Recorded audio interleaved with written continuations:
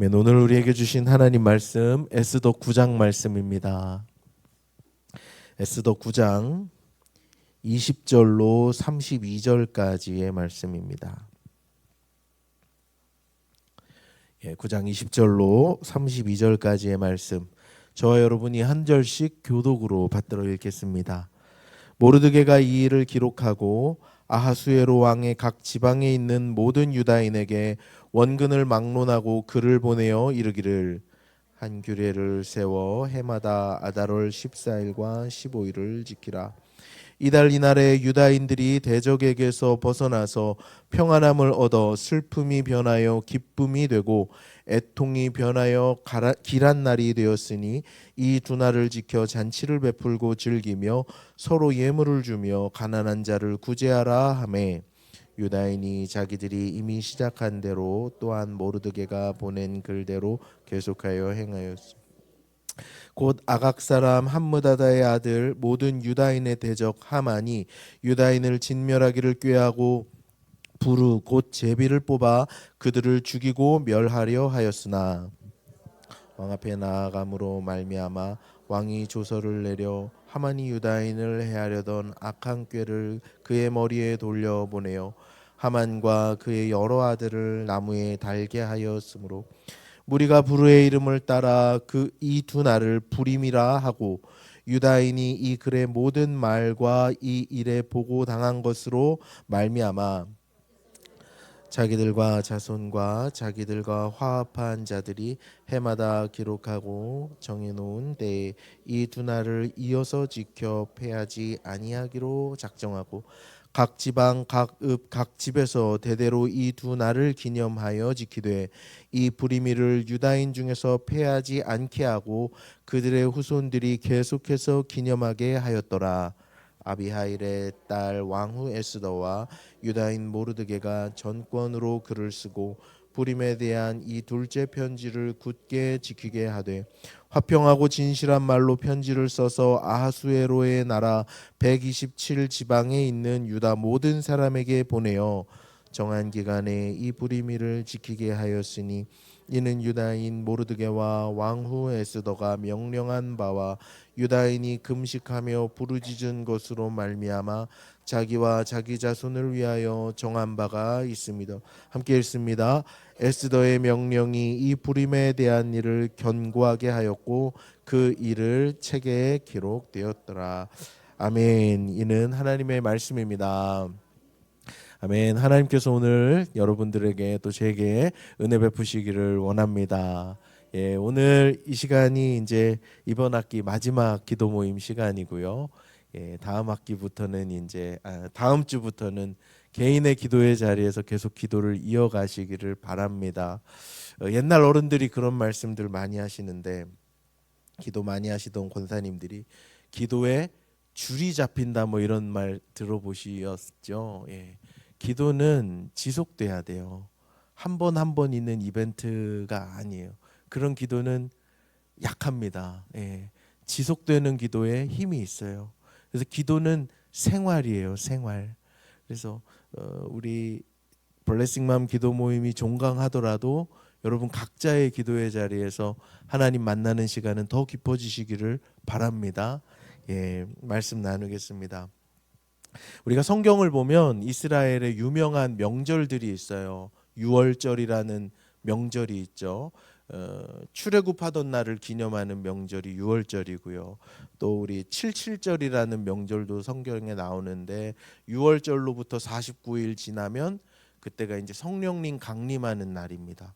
구약에도 그 6월절부터 49일 지난 그날 모세가 시내산에 올라가서 하나님이 강림하시는 사건을 경험하고, 신약 시대에도 사도행전 2장에 성령 강림 사건이 그날 오는데, 그래서 77절이라는 명절도 있고요. 또 유대 달력 7월 15일이 되면 초막절이라는 걸 지킵니다. 초막절이 되면 멀쩡한 집 놔두고 집 마당에서 허름하게 나무로 텐트 짓고 2주 동안 살아요. 그러면서 출애굽해서 광야 생활하던 거를 기억하는 명절이 초막절입니다.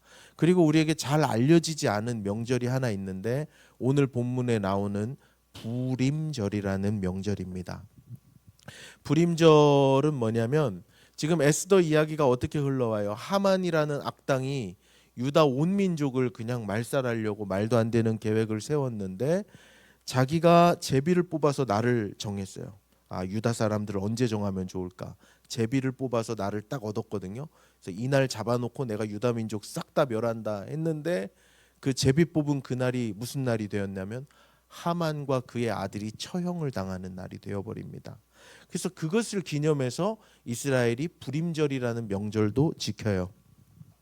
자, 그런데 이 불임이라는 말의 뜻이 뭐냐면 부림은 부르라는 단어에서 왔는데 부르가 제비예요. 제비 뽑기 할 때. 근데 이제 그게 제비가 하나가 아니고 두 개. 그러니까 제비 뽑기를 두 번 했으니까 양일간 지켰거든요. 그래서 그게 복수가 되면 이제 부르가 불임이 되는 겁니다. 그래서 불임절이라는 것은 제비 뽑기의 명절 뭐 이렇게 생각하면 돼요. 그래서 이 에스더 전체의 주제가 뭐냐면 이 제비 뽑기 부르라는 단어에 에스더 전체의 주제가 있는데요. 여러분 하나님이 없다고 생각하면 우리의 인생에 개입하시고 인류 역사를 주장하시는 하나님이 없다고 생각하면 모든 게 우연입니다. 모든 게 우연이에요. 이게 기독교의 독특한 점이기도 한데요. 위대하신 신이 인간 역사에 개입하셔서 인간의 역사를 주장하신다. 이런 고백은 기독교에서만 들을 수 있어요. 부처님이 인간 역사를 다스리신다 이런 얘기 못 들어보셨죠? 뭐 천지신명이 인간 역사에 개입하셔서 세계 역사를 다스리신다 이런 말 안 하거든요. 기독교에만 있는 신학이에요. 그런데 그 하나님을 생각하지 않는다면 마음속에 하나님 없다 말하는 사람들은 그냥 인생 모든 것이 우연이에요. 하나님 없다 생각하면 이렇게 생각할 수 있죠. 한 사람의 인생을 한번 생각해 보세요. 부모님을 내가 정해서 만납니까? 우연히 만납니까? 우연히 만나요. 부모님 내가 정하는 거 아니죠. 그냥 내가 태어나 보니까 우리 부모님이 우연히 정해져 있어요. 어떤 법칙이 없습니다. 잘생긴 애는 뭐 한국에 태어나고 못생긴 애는 미국에 이런 거 없죠. 얼굴 뽀얀 애는 뭐 어디 뭐 경기도에 태어나고 얼굴 조금 까만 애는 제주도에 태어 이런 법칙이 없죠. 그냥 우연히 부모님을 만나요. 자, 부모님을 우연히 만나고 나라도 우연히 만나고요. 또 내가 태어난 곳에서 보통 학교 가니까 거기서 만나는 학교 선생님 친구들 다 그냥 우연히 만나요. 법칙이 없습니다. 그리고요 우리 아이들 생각해 보면요 많은 교육하시는 분들이 이런 얘기를 하는데 아이들 공부하는 능력 있죠. 학습 능력. 뭐 빠른 분들은 그게 3살 때 다 결정이 된다 하더라고요. 3살 때. 그러니까 이 아이들의 학습 능력도 노력하면 될 것 같죠. 노력해도 안 되는 게 있어요. 노력해도 안 되는 게 있어요. 하나님이 주신 그 달란트대로 뛰어가야지 달란트도 아닌 걸 가지고 뛰어가면 안 되는 거예요. 그러니까 학습 능력이나 달란트도 뭐 법칙이 없어요. 그냥 우연히 나에게 주어진 거예요. 모든 게 우연이에요.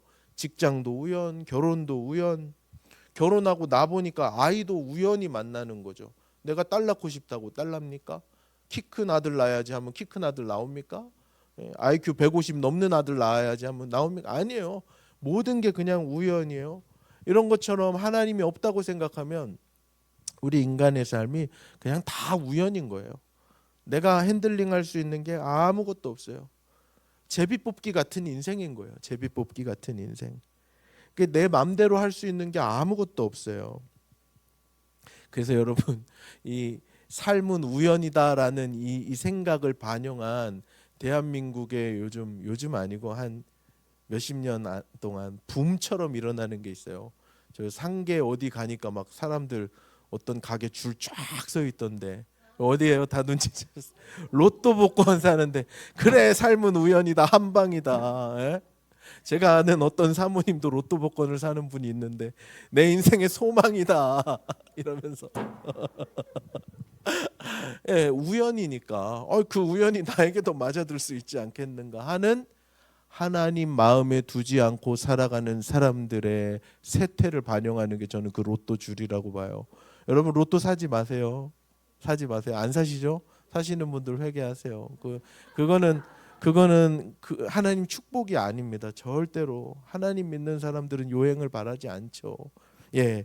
자, 그래서 하나님 없다고 생각하고 하는 그런 사람들은 모든 인생이 그냥 다 우연인 거예요. 그런데 우리 성도들에게는 여호와 하나님을 고백하는 사람들은 또 에스더의 말씀을 진지하게 읽고 이 말씀을 아멘으로 받아들이는 사람들은 우연이 없어요. 어떤 것도 우연이 없습니다. 그냥 다만 하나님의 섭리가 있을 뿐이에요. 여러분, 우리나라의 동양 철학으로 유명한 그 도올 김용옥 박사님 아시죠? 그 머리 빡빡 깎고 한복 입고 이상한 목소리로. 그분은 이제 무신론자에 가까운 사람인데요. 그런데 막 성경 주석을 왜 그 사람이 쓰는지 모르겠는데 나와서 그래요. 먼지가 여기서 일로 흘러가는데 무슨 목적이 있냐는 거예요. 낙엽이 여기서 일로 떨어지는데 거기에 무슨 목적이 있느냐 하면서 막 열변을 토하시는데 그건 뭐냐면 기독교 신앙을 조롱하는 거거든요. 만물에 하나님의 섭리와 목적이 있다라고 우리가 고백을 하는데 먼지가 떨어지는데 무슨 목적이 있냐는 거예요. 그건 기독교가 틀렸다고 말하는 거거든요. 그런데 그렇지 않아요. 우리가 설명할 수 없죠. 낙엽이 왜 여기서 일로 떨어지는지 알 수 없죠. 설명할 수 없다고 해서 하나님의 섭리가 없는 것은 아니에요. 인간이 설명해야만 하나님이 그렇게 역사하시는 건 아니에요. 우리가 설명을 하지 못하고 답을 할 수 없어도 하나님의 섭리가 있는 줄로 믿습니다. 그래서 하나님을 믿는 사람들, 이 에스더의 말씀을 아멘으로 받는 사람들은 내 삶에 우연이라는 게 없어요. 하만이 우연히 제비를 뽑았어요. 그래서 14일과 15일 아달월 14일과 15일 제비를 뽑아서 그날 이스라엘 민족 다 죽이려고 했어요. 우연히 뽑았어요. 그러나 하나님 그 우연 속에 적극적으로 개입하셨어요. 제가 에스더 설교하면서 여러 번 말씀드렸는데요. 에스더에 하나님이라는 단어가 나옵니까? 안 나옵니까? 안 나와요. 여호와라는 단어가 나옵니까? 안 나옵니까? 안 나와요. 하나님은 에스더서에 한 번도 등장하지 않으세요. 한 말씀도 안 하세요. 그러나 이 에스더서의 그 유다 민족들의 역사 가운데 하나님이 안 계시는 곳이 없었어요. 하만이 우연히 뽑은 그 제비 가운데 하나님이 계셨고요. 하만이 날뛰고 날뛸 때 하나님은 그 역사의 배후에서 일하고 계셨던 거예요. 하나님께서 그 악한 계획을 뒤집으셔서 오히려 하만이 심판받게 하시고 선한 유다 백성들을 구원하시는 날이 되었던 거예요. 마음속에 하나님이 없던 하만은 어떻게 생각했을까요? 야, 이거 운 지지리도 없네. 내 인생 더럽게 꼬였네. 뭐 이러면서 욕하지 않았겠어요? 하나님을 대입하지 않으면 자기가 왜 망하는지도 몰라요. 하나님을 대입하지 않으면 내 인생이 왜 이렇게 흥하는지도 몰라요. 그냥 우연에 맡길 수밖에 없어요. 자, 우연으로 흘러가는 인생에 의미가 있을 수 있습니까? 의미가 없어요. 우연으로 흘러가는 인생에 무슨 의미가 있어요? 무슨 의미가? 모든 게 제비뽑기인데 거기 무슨 의미가 있습니까? 오늘 주사위 던져서 6이 나왔어요. 그게 무슨 의미가 있습니까? 내일 던지면 1이 나올지 모르고 아무 의미가 없는 거예요. 우연으로 설명하면 우리의 인생의 의미가 사라져 버려요. 여러분, 그러나 제 마이크 볼륨 조금만 더 올려주세요.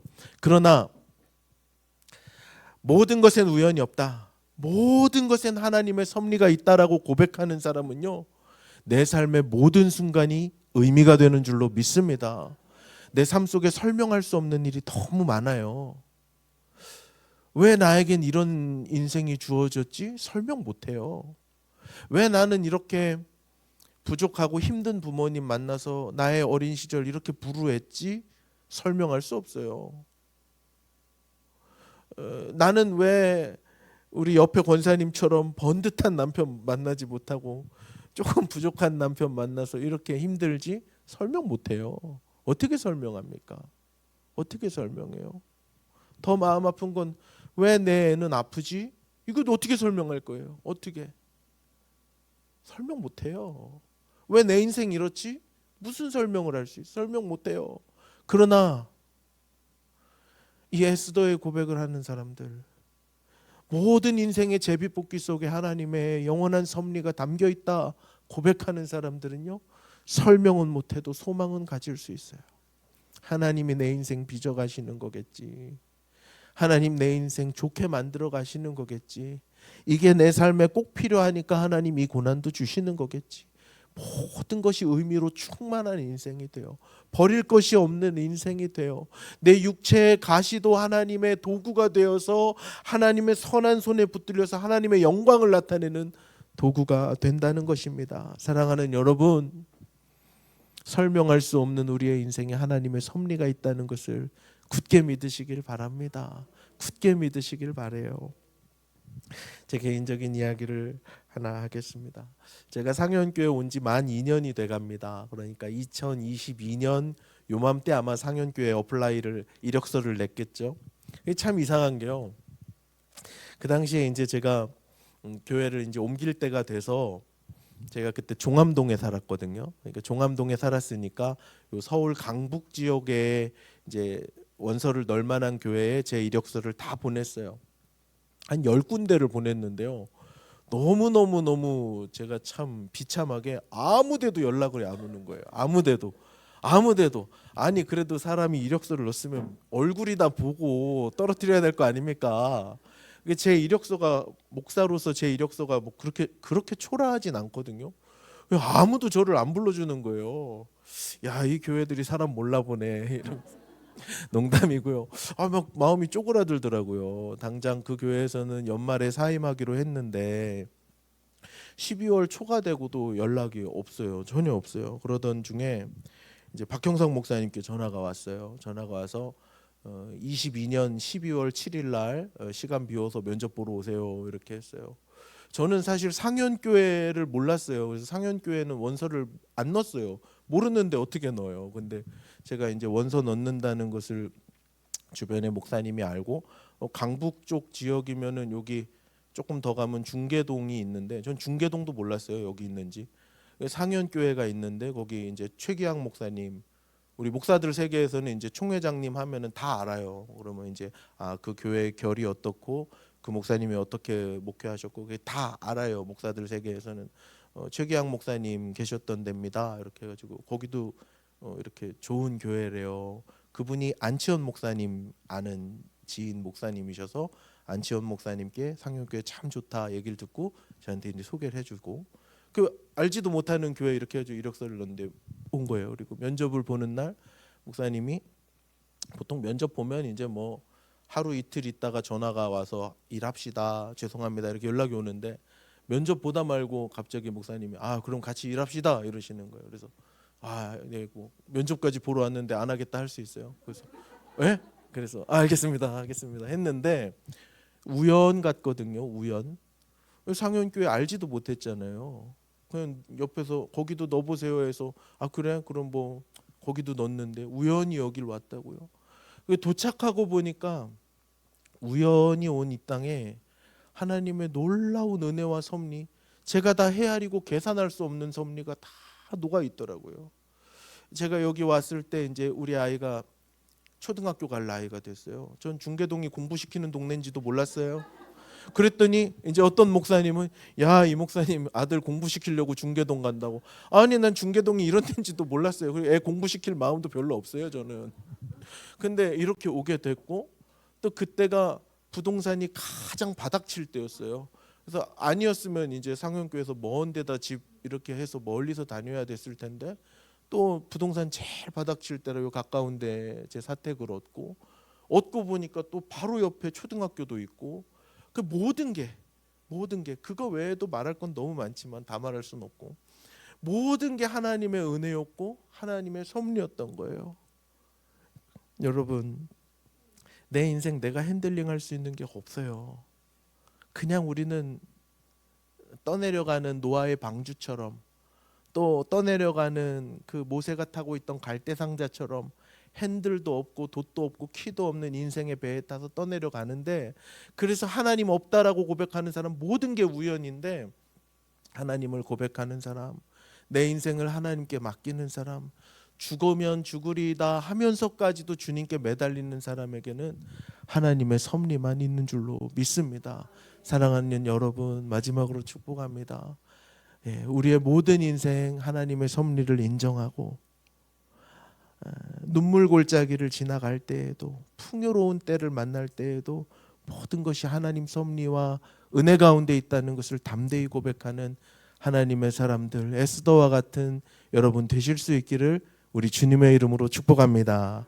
우리 찬양하면서 기도의 자리로 나아가겠습니다. 신실하신 하나님을